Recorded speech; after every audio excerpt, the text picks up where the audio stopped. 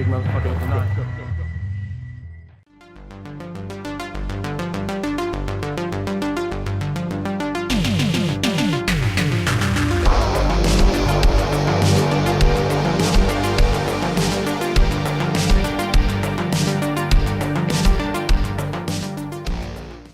We are talking about The Wicked One, directed and co-written by Tori Jones.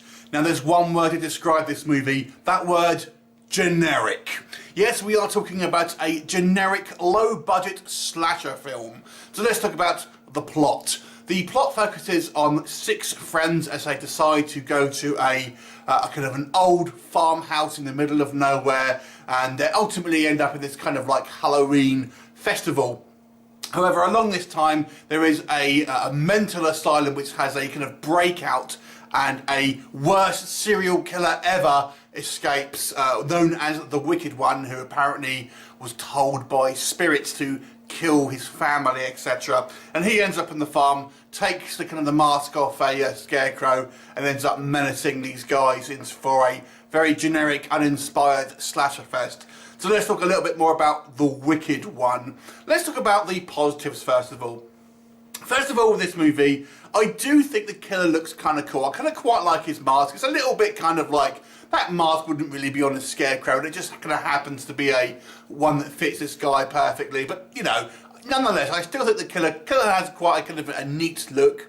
And he's going to play by quite a big guy, so he does look kind of menacing. I also kind of quite like the photography in this movie. I thought the actual camera work here was pretty good.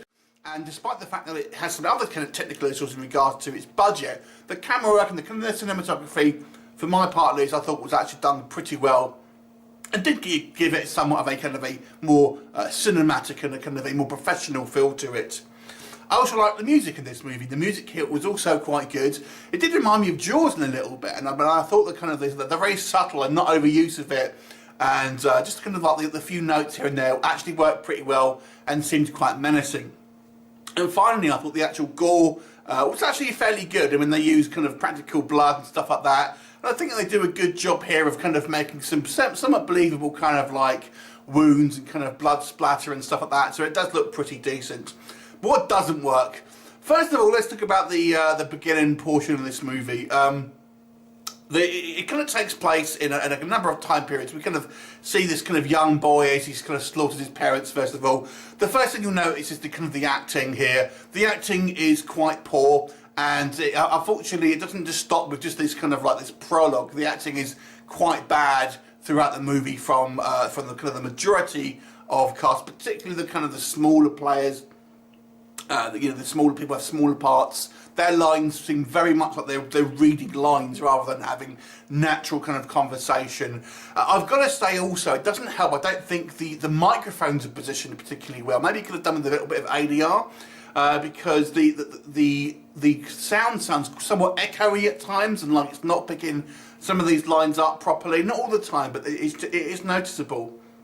And then when we see our kind of breakout of this kind of mental institution, it's the most ridiculous kind of mental institution we've ever seen. And when we're told that this kind of particular institute houses the worst of the worst, so you'd expect security to be pretty tight, and all the inmates are literally kept in just rooms with like a wooden door and like a key on the doorknob. It's ridiculous. And then our main bad guy gets to go out in solitary, and he's just sat in the staff room. It's stupid. It really is. I mean, obviously they've got a budget, but just don't have that scene, and it kind of maybe would have been a little bit more effective.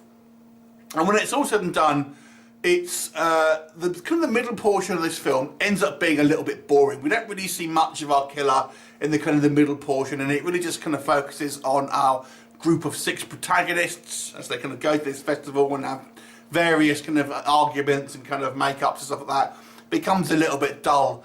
And it just really ends up being a very kind of generic slasher fest. Obviously, the last kind of like 15 minutes or so, that's when all the action happens, and that's when you kind of get the majority of the kind of the violence and stuff like that. And that's okay, but it's just very by the numbers. I mean, this is a low budget movie, and it doesn't really offer anything new, which I feel we don't have the budget to maybe do a kind of like a glossier better looking movie, you can kind of substitute it with maybe some good original ideas, but this one doesn't have that.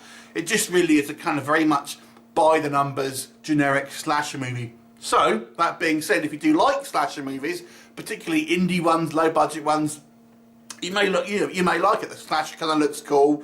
There are some kind of okay kind of gore scenes here. It may kind of tickle that kind of fancy for you, but I've got to say it really doesn't bring anything new to this kind of genre, and is ultimately quite forgettable once you've kind of watched it, and gets a little bit boring in the middle section, I've got to say. So overall, I'll give this movie a 4 out of 10. Have you seen it? What did you think of it? Leave me comments, and I shall look forward to seeing you next time. Bye for now.